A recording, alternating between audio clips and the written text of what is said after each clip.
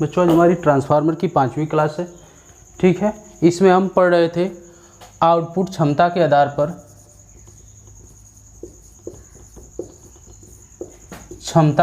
पर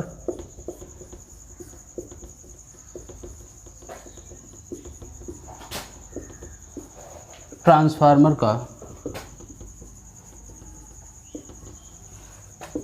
वर्गीकरण।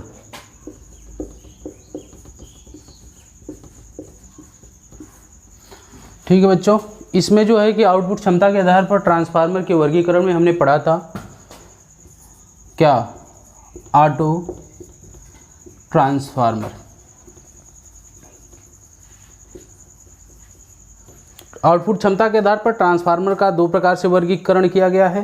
पहला हमारा होता है ऑटो ट्रांसफार्मर और दूसरा हमारा होता है बच्चों इंस्ट्रूमेंट ट्रांसफार्मर। इंस्ट्रूमेंट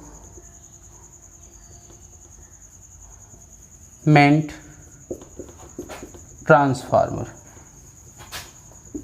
ठीक है बच्चों, पहला हमारा होता है ऑटो ट्रांसफार्मर और दूसरा हमारा होता है इंस्ट्रूमेंट ट्रांसफार्मर। चौथी क्लास में हमने ऑटो ट्रांसफार्मर के बारे में पढ़ चुके हैं।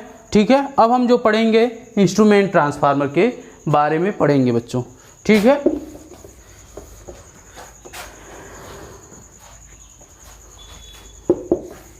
बच्चों हम जानते हैं कि अगर हम हाई वोल्टेज लाइन जो जाती है हमारी ना, क्या है, इंस्ट्रूमेंट ट्रांसफार्मर। बच्चों हम जानते हैं कि जो हमारी हाई ट्रांसमिशन लाइन जाती है, अगर उसमें हमें वोल्टेज और करंट को मेजर करना हुआ तो अगर हम सामान्य जैसे 0 से 5 एम्पियर का अगर हम एमीटर लगा देते हैं करंट को मेजर करने के लिए, तो क्या होता है, हमारा एमीटर क्या हो जाएगा, जल जाएगा। ठीक है, अगर हम वोल्टमीटर को उसी जगह लगा दें, चाहे वो 440 वोल्ट का ही क्यों ना हो, अगर जिसमें 11,000 हमारी वोल्टेज जा रही हो, है ना, अगर उसमें हम डायरेक्टली क्या करें 440 वोल्ट का वोल्टमीटर हम कनेक्ट करें तो ये क्या हो जाएगा, तुरंत जल जाएगा। अगर हमारी मान लीजिए किसी सप्लाई लाइन में 100 एम्पियर की हमारी करंट है, अगर उसमें हम क्या करें 0 से 5 एम्पियर का ना या 0 से 16 एम्पियर का एमीटर लगा देंगे तो क्या हो जाएगा, जल जाएगा भी और रीडिंग भी सही नहीं देगा। ठीक है, तो हम उसके लिए क्या बनाएं, इंस्ट्रूमेंट ट्रांसफार्मर बनाएं। इंस्ट्रूमेंट ट्रांसफार्मर जो होता है वो 2 प्रकार का होता है। पहला हमारा जो होता है करंट ट्रांसफार्मर होता है और दूसरा हमारा होता है बच्चों, पहला हमारा क्या है, करंट ट्रांसफार्मर है और दूसरा हमारा बच्चों क्या है, पोटेंशियल। दूसरा हमारा क्या है बच्चों, पोटेंशियल ट्रांसफार्मर है। इसको हम सीटी के भी नाम से जानते हैं, इसको क्या जानते हैं, पीटी के भी नाम से जानते हैं बच्चों। ठीक है, तो पहले हम करंट ट्रांसफार्मर के बारे में जान लेते हैं। धारा परिणामित्र, जिसको हम क्या बोलते हैं, हिंदी में बोलेंगे क्या, धारा परिणामित्र। अगर बच्चों हाई ट्रांसमिशन लाइन में हमें करंट को मेजर करना हुआ तो उसमें हम क्या लगाएंगे, करंट ट्रांसफार्मर लगाएंगे और करंट ट्रांसफार्मर की सेकेंडरी साइड में हम क्या करते हैं, एमीटर को क्या करते हैं बच्चों, कनेक्ट कर दें, तो क्या होता है, हमें करंट की वैल्यू क्या होती है, प्राप्त हो जाती है। ठीक है, तो हम पढ़ लें पहले करंट ट्रांसफार्मर के बारे में। ठीक है बच्चों, करंट ट्रांसफार्मर होता क्या है, सबसे पहले ये जान लेंगे। ठीक है,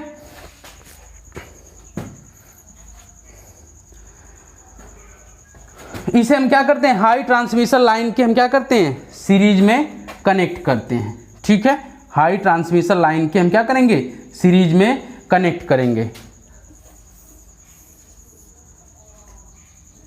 मान लीजिए हमारा क्या है, सीटी है,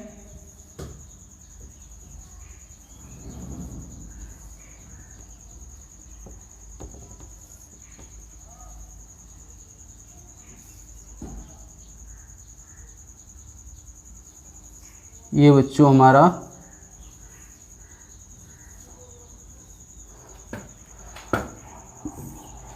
आर वाई और बी, ये हमारी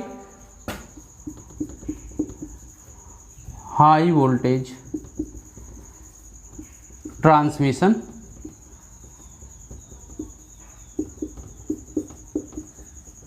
लाइन है बच्चों। क्या है? हाई वोल्टेज ट्रांसमिशन लाइन है। ठीक है, तो इसमें अगर हम इसमें क्या करते हैं, इसके बाद इसके सेकेंडरी में अगर बच्चों हाई वोल्टेज ट्रांसमिशन लाइन में हमें करंट को मापना हुआ तो हम डायरेक्टली एमीटर को लगाएंगे, तो एमीटर क्या हो जाएगा? जल जाएगा। इसलिए क्या करते हैं, हम पहले सीटी को कनेक्ट करते हैं और उसके बाद सीटी के सेकेंडरी में हम क्या करते हैं, एमीटर को कनेक्ट करके हम क्या करते हैं, ट्रांसमिशन लाइन की हम करंट को मेजर करते हैं बच्चों। ठीक है, तो इसको लिख लें। क्या लिखेंगे? इसका प्रयोग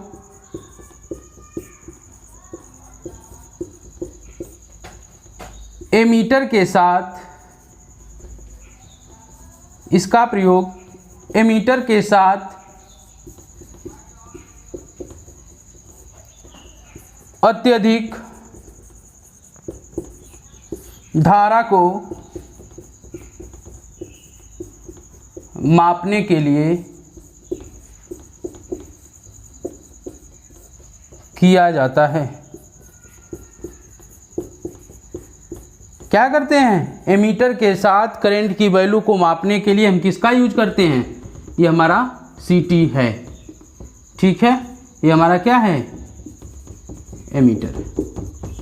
ठीक है बच्चों, इसका प्रयोग एमीटर के साथ अत्यधिक धारा को मापने के लिए किया जाता है। और ये सीटी है क्या? एक प्रकार का स्टेप अप ट्रांसफार्मर है। सीटी एक प्रकार का स्टेप अप ट्रांसफार्मर है।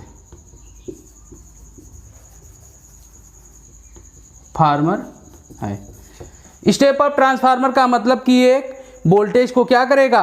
बढ़ा देगा। और जब वोल्टेज यहाँ पे सेकेंडरी में बढ़ जाएगी, स्टेप अप का मतलब वोल्टेज को ये क्या करेगा? बढ़ाएगा। प्राइमरी साइड से क्या करेगा? वोल्टेज को बढ़ा देगा और करंट की वैल्यू को क्या कर देगा? कम कर देगा। मैंने बताया था ट्रांसफार्मर एसी क्वांटिटीज वोल्टेज और करंट दोनों के क्या करता है? परिवर्तित करता है। अगर वोल्टेज स्टेप अप होगा तो करंट क्या हो जाएगी? डाउन हो जाएगी, जिससे लिख लेंगे, जिससे धारा को कम किया जाता है, जिससे धारा को कम किया जाता है। कोई दिक्कत है बच्चों? नहीं ना है तो आगे लिख लें। ठीक है, इसको मिटा दें। ठीक है,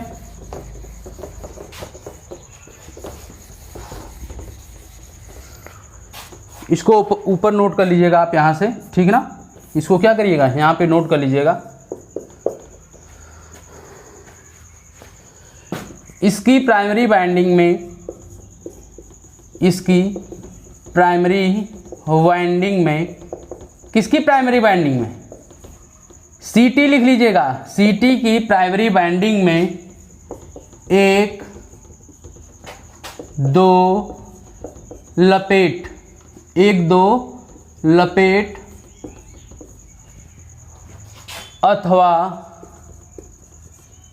अथवा एक सीधा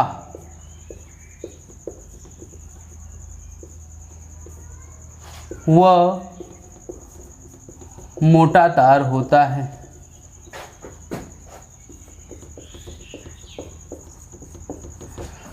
इसकी प्राइमरी वाइंडिंग में देख रहे हैं, इसकी प्राइमरी वाइंडिंग में क्या है? दो लपेट हैं, दो टर्न हैं, या एक लपेट भी कर सकते हैं, लेकिन क्या होना चाहिए? मोटा तार होना चाहिए।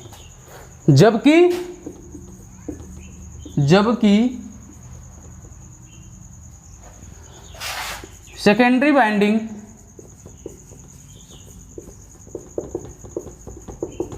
पतले तार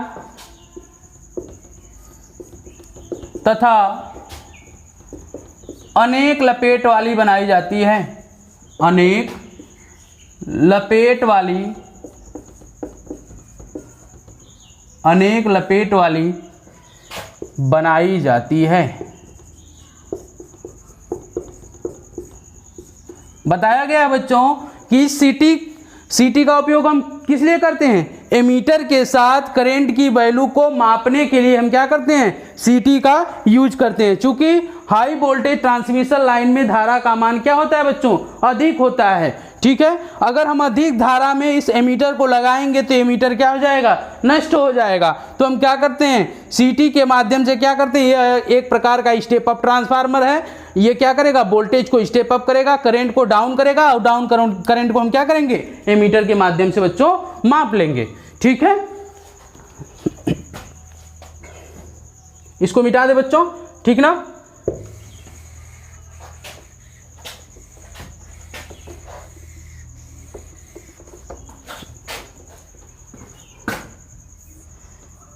हाई वोल्टेज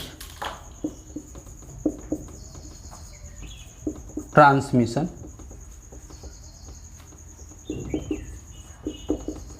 लाइन। ठीक है बच्चों,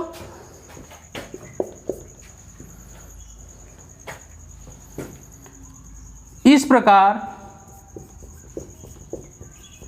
इस ट्रांसफार्मर द्वारा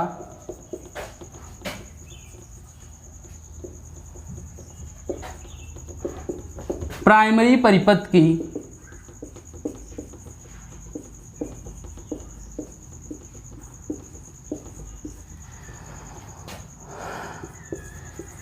सौ से 200 एम्पियर विद्युत धारा को केवल 1 से 2 एम्पियर की विद्युत धारा में परिवर्तित किया जाता है तथा सेकेंडरी से संयोजित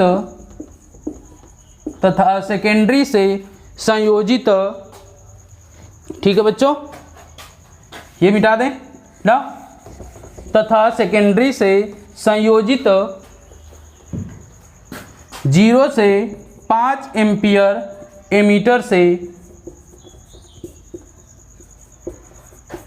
एमीटर से नाप लिया जाता है।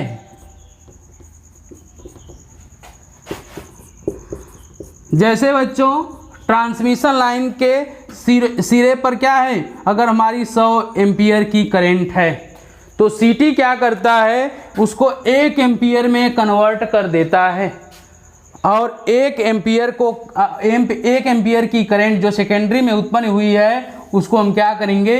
0 से 5 एम्पियर का एमीटर लगा के हम क्या करेंगे? माप लेंगे बच्चों। ठीक है, 0 से 5 एम्पियर का एमीटर लगा के हम करंट को माप लेंगे। ठीक है बच्चों, माप लिया जाता है। ठीक है, आगे लिख लीजिएगा, एमीटर का स्केल 0 से 150 एम्पियर 0 से 150 एम्पियर माप सीमा के लिए अनुपातिक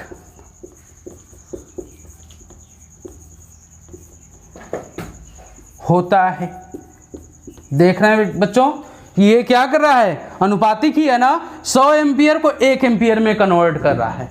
तो हम एमीटर के माध्यम से जो 1 एम्पियर करंट होगी उसको हम क्या समझेंगे कि ये 100 एम्पियर की है। वही कह रहा है ना, जो हमारी सेकेंडरी में उत्पन्न हुई 1 एम्पियर करंट हम उसको क्या करेंगे? अनुपातिक है, मतलब कि 100 एम्पियर को क्या कन्वर्ट कर रहा है? 1 एम्पियर में कन्वर्ट कर रहा है। अब जब हम मापेंगे तो समझ लेंगे कि क्या 1 एम्पियर क्या है? 100 एम्पियर के बराबर है।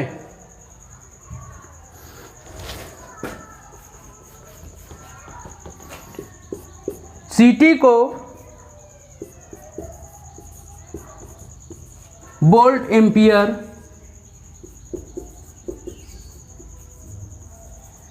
में व्यक्त किया जाता है। ठीक है बच्चों, एक और लाइन लिख लेते हैं ना। सीटी की सेकेंडरी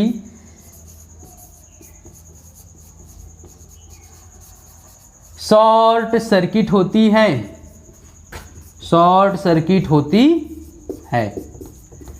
बच्चों करंट ट्रांसफार्मर से इससे अधिक आपके मतलब इससे रिलेटेड इससे अधिक कोई भी क्वेश्चन नहीं बनेगा इसके अतिरिक्त ना। तो इतना हम पढ़ लेंगे तो सारे क्वेश्चन इसमें क्या हो जाएंगे, कवर हो जाएंगे। ठीक है बच्चों, तो हम आगे पढ़ेंगे पीटीआर पोटेंशियल ट्रांसफार्मर। सीटी से इससे अधिक कुछ भी नहीं पूछा जाएगा ना करंट ट्रांसफार्मर में, इसके अलावा कुछ भी नहीं पूछा जाएगा। बस इतना ही आप नोट कर लीजिए, इसे ही पढ़ लीजिए। ठीक है, किसी भी कंपटीशन की बात करें, यूपीपीसीएल, यूपीआरवीयूएनएल, ठीक है, डीएमआरसी ना, एलएमआरसी, किसी भी कंपटीशन की बात करें तो सीटी से जो भी क्वेश्चन बनेंगे या ट्रांसफार्मर से जो भी पढ़ाया जा रहा है उसके अलावा कुछ भी एक्स्ट्रा नहीं बनेगा। ठीक है, तो हम पढ़ते हैं पोटेंशियल ट्रांसफार्मर, इसको मिटा देते हैं बच्चों। ठीक है,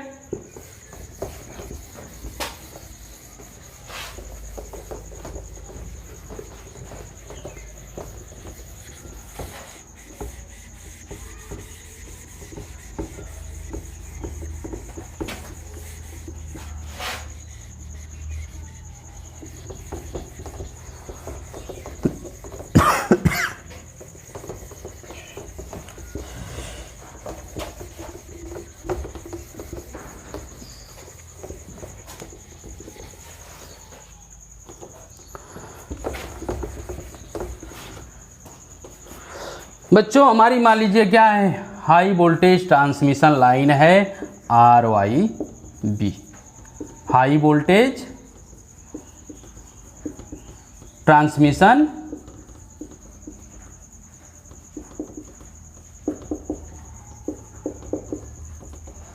लाइन है। बना लेते हैं फिगर। ठीक है बच्चों,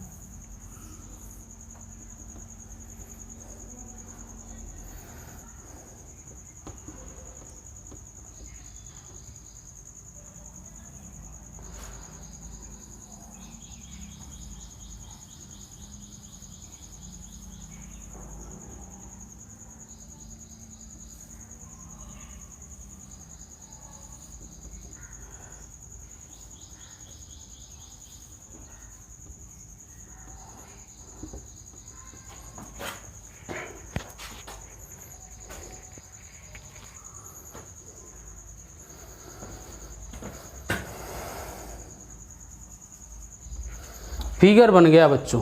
ठीक है, ये हमारा क्या है, पीटी है, और ये हमारा क्या है, वोल्ट मीटर है। बच्चों हम समझेंगे इसका प्रयोग वोल्ट मीटर के साथ अत्यधिक वोल्टेज को मापने के लिए किया जाता है। किसका प्रयोग, पीटी का।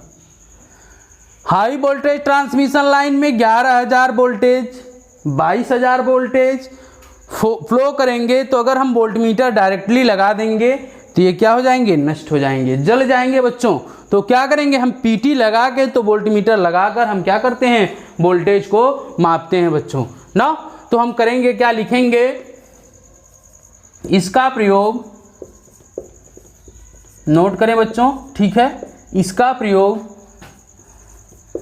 वोल्ट मीटर के साथ, वोल्ट मीटर के साथ अत्यधिक वोल्टेज को, अत्यधिक वोल्टेज को मापने के लिए किया जाता है बच्चों, मापने के लिए किया जाता है। ये कैसा ट्रांसफार्मर होता है? यह एक स्टेप डाउन ट्रांसफार्मर होता है, जिससे वोल्टेज को क्या किया जाता है? कम किया जाता है। बच्चों वोल्टेज अधिक है, 11,000 वोल्टेज है, ठीक है बच्चों। अब ये बताइए कि यहाँ पे स्टेप अप यूज करेंगे, स्टेप डाउन ही यूज करेंगे? चूंकि 11,000 है पहले से है, तो हम अगर स्टेप डाउन नहीं यूज करेंगे तो क्या होगा? हमारा वोल्टमीटर तब भी जलेगा। अगर स्टेप अप यूज कर देंगे क्या हो जाएगा? ये अधिक हो जाएगा, तभी वोल्टमीटर क्या हो जाएगा? जल जाएगा। तो स्टेप डाउन ट्रांसफार्मर हम क्या करते हैं? यूज करते हैं। इसकी प्राइमरी वाइंडिंग में किसकी? पीटी की बात हो रही है। पीटी की प्राइमरी वाइंडिंग में पतले तार की अनेक लपेट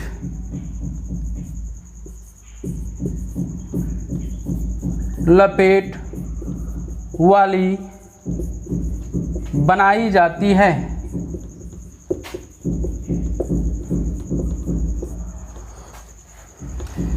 ना, जबकि सेकेंडरी वाइंडिंग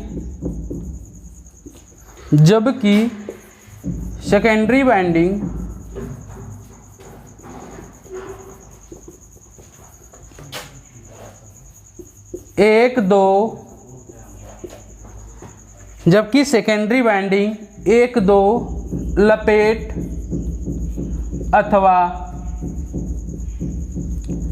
सीधा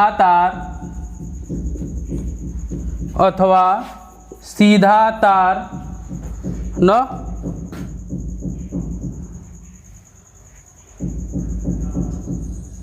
व अथवा सीधा व मोटा तार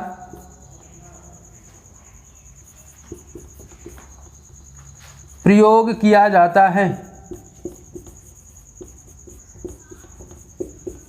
ठीक है बच्चों, मतलब करते क्या है? पीटी में हम क्या करेंगे?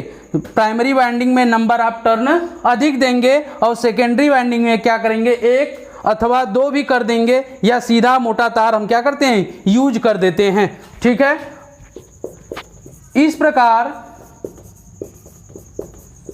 इस ट्रांसफार्मर द्वारा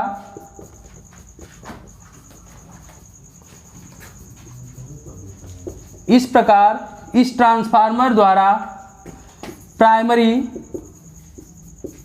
परिपथ की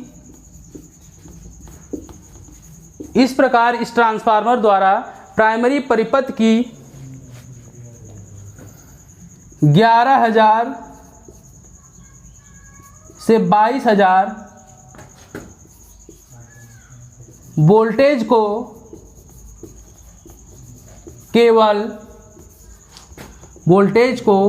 केवल 50 से 100 की वोल्टेज में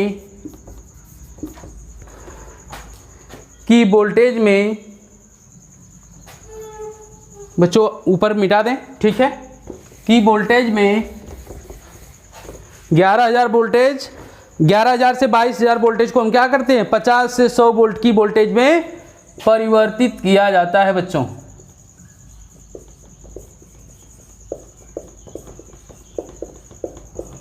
मतलब जो वोल्टेज यहाँ पे 11,000 वोल्ट से 22,000 वोल्ट या इससे अधिक भी कह लें, ठीक है, को क्या करेंगे हम? 50 से 100 वोल्ट के बीच में हम क्या करेंगे? इनको परिवर्तित कर देंगे, परिवर्तित किया जाता है। तथा सेकेंडरी से संयोजित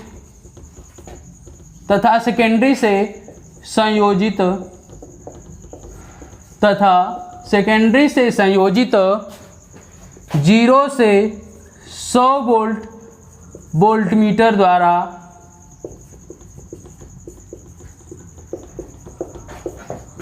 माप लिया जाता है, माप लिया जाता है।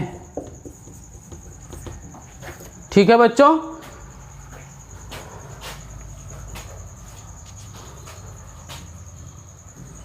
इसको मिटा दे बच्चों। ठीक है, एक लाइन और लिख लें इसमें। ठीक है, वोल्टमीटर का स्केल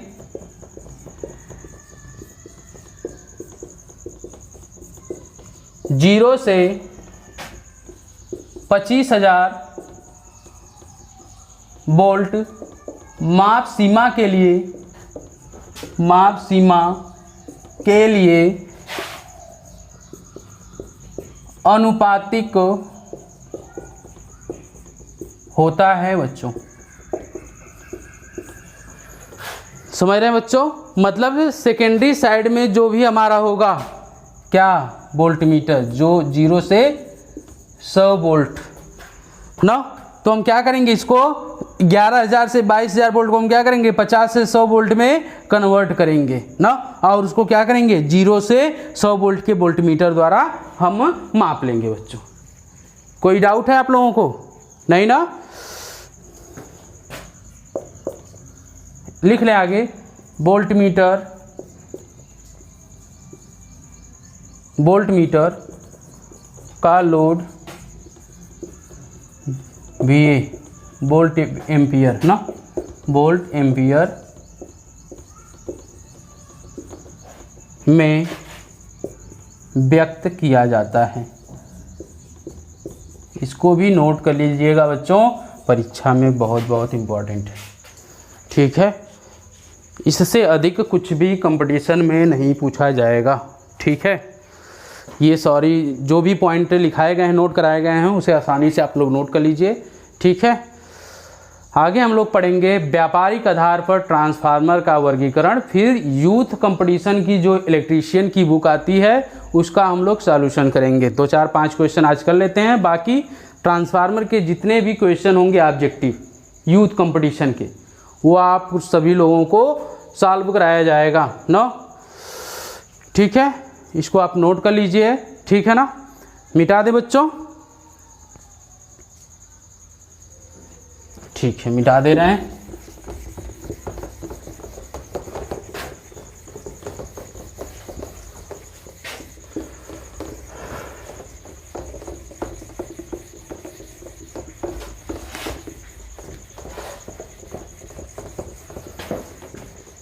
व्यापारिक आधार पर ट्रांसफार्मर 2 प्रकार का होता है। एक तो होता है पावर ट्रांसफार्मर और दूसरा हमारा जो होता है डिस्ट्रीब्यूशन ट्रांसफार्मर। एक हमारा होता है बच्चों पावर ट्रांसफार्मर, व्यापारिक आधार पर ट्रांसफार्मर का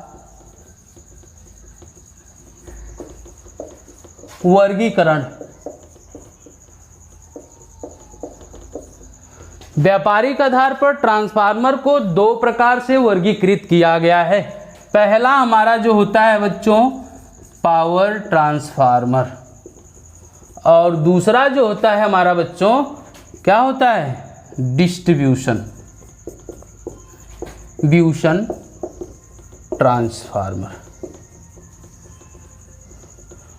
पहले जो बच्चों पढ़ेंगे हम क्या पढ़ेंगे, पावर ट्रांसफार्मर। पूछा जाता है बच्चों, इससे बहुत सारे क्वेश्चन बन जाते हैं जिसको हम पॉइंट वाइज नोट कराएंगे, आप नोट कर लीजिएगा। बाकी हम बता देंगे क्या पूछे जाते हैं इनसे। ठीक है, पहला हम पढ़ेंगे पावर ट्रांसफार्मर।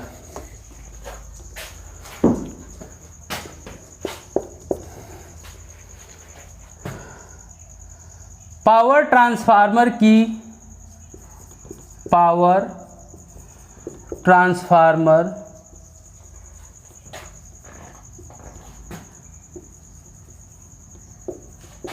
की केवीए क्षमता सामान्यतः 2000 kVA से 20,000 kVA तक होती है।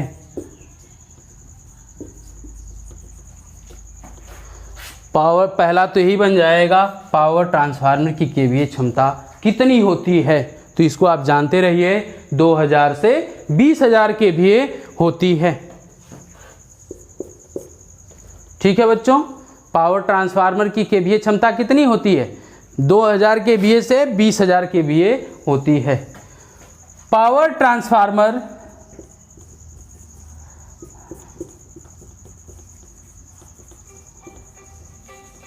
की प्राइमरी वाइंडिंग, पावर ट्रांसफार्मर की प्राइमरी वाइंडिंग स्टार संयोजन में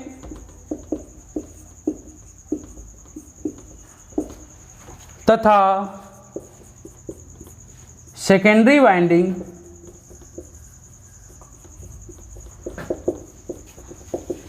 डेल्टा संयोजन में होती हैं। पावर ट्रांसफार्मर की प्राइमरी वाइंडिंग का कनेक्शन किस में करते हैं, स्टार में करते हैं, जबकि सेकेंडरी वाइंडिंग का कनेक्शन हम डेल्टा में करते हैं। पावर ट्रांसफार्मर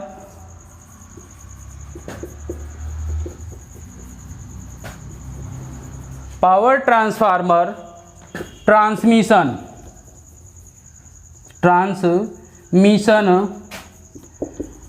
लाइन के सिरों पर वोल्टेज को घटाने तथा बढ़ाने के लिए यूज किया जाता है।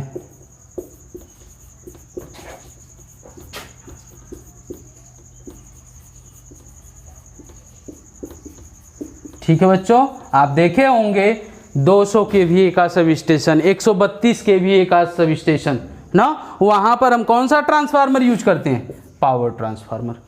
ठीक है बच्चों, लिख लेंगे और भी, पावर ट्रांसफार्मर का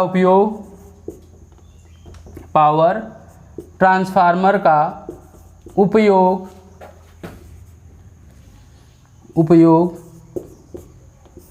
विद्युत जनन केंद्र तथा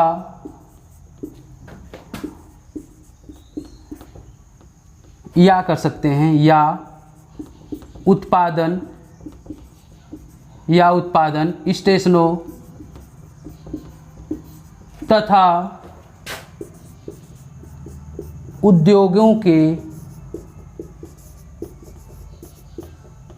सब स्टेशनों पर किया जाता है।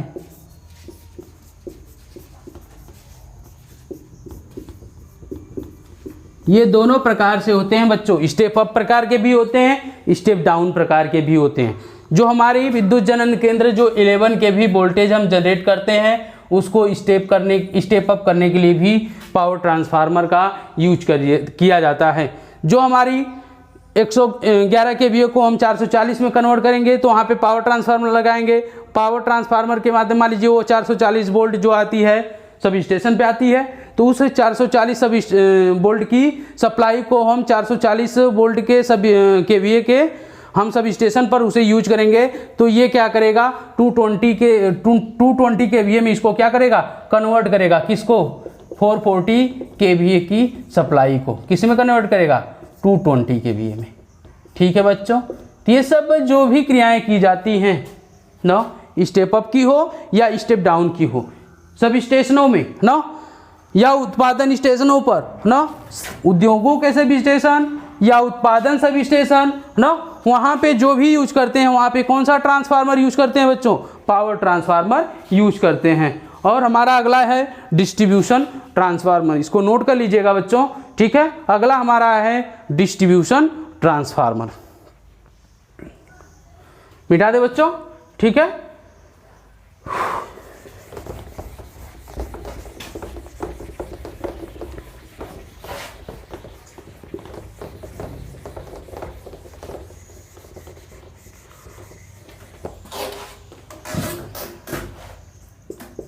डिस्ट्रीब्यूशन ट्रांसफार्मर बच्चों, डिस्ट्रीब्यूशन ट्रांसफार्मर की केवीए क्षमता जो होती है, लिख लें डिस्ट्रीब्यूशन ट्रांसफार्मर की केवीए क्षमता सामान्यतः 5 केवीए से 5 केवीए से 2000 केवीए तक किया जाता है। केवीए तक होती है, लिख लें तक होती है, तक होती है। ठीक है बच्चों, इसकी प्राइमरी वाइंडिंग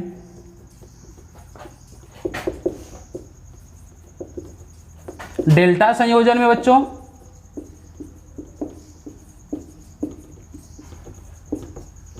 तथा सेकेंडरी वाइंडिंग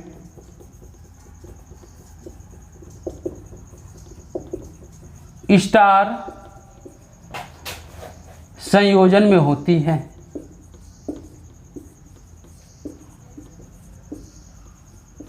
बच्चों प्राइमरी वाइंडिंग को हम डेल्टा संयोजन में करते हैं, सेकेंडरी वाइंडिंग को स्टार संयोजन में। स्टार संयोजन में करने का लाभ एक और मिल जाता है, 3 फेज सप्लाई के साथ साथ हमें सिंगल फेज सप्लाई भी क्या होती है, प्राप्त हो जाती है बच्चों। तो लिख लेंगे ट्रांसफार्मर की, यहाँ पे लिख लेंगे डिस्ट्रीब्यूशन, है ना, डिस्ट्रीब्यूशन ट्रांसफार्मर की सेकेंडरी वाइंडिंग, डिस्ट्रीब्यूशन ट्रांसफार्मर की सेकेंडरी वाइंडिंग को स्टार संयोजन में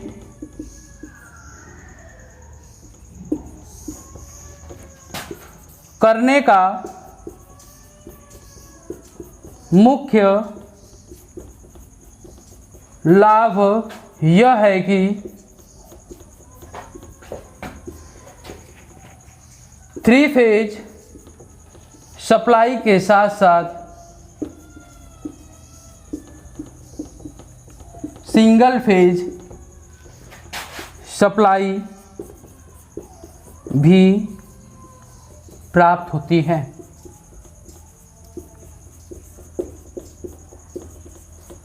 इसको आप नोट कर लीजिएगा बच्चों, यहाँ से क्वेश्चन बन सकता है। ठीक है, अब हम बच्चों पढ़ेंगे जो भी हमारे व्यापारिक आधार पर ट्रांसफार्मर, पावर ट्रांसफार्मर या डिस्ट्रीब्यूशन ट्रांसफार्मर यूज किए जाते हैं, उनके क्या क्या भाग हैं ना। जैसे हमारा बुक रिले हो गया, कोर हो गई, बाइंडिंग हो गई, ठीक है, और उसके बाद क्या बोलते हैं उसको, सिलिका जेल हो गया ना, जिसको हम ब्रीदर भी बोला जाता है। इन सब के बारे में हम अगली क्लास में अध्ययन करेंगे। तब तक हम 2-1 क्वेश्चन देख लेते हैं। ठीक है, 2-1 क्वेश्चन देख लेते हैं ना। पूछ रहा है, यूथ कंपटीशन की ही बुक से है ये क्वेश्चन, यूपीपीसीएल 2016 में पूछा गया है ना, 26 तारीख को जो पेपर हुआ था। ठीक है, तो उसमें पूछा गया है ना।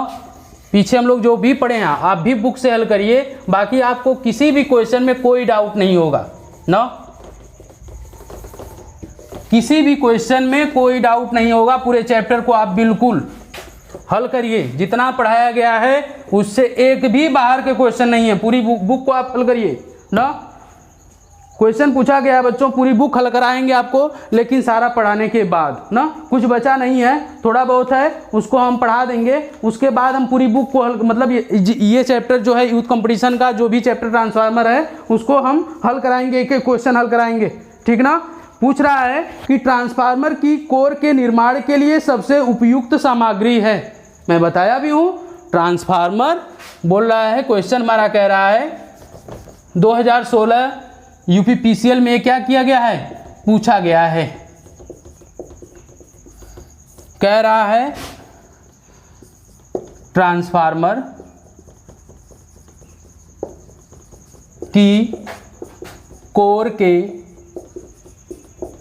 निर्माण के लिए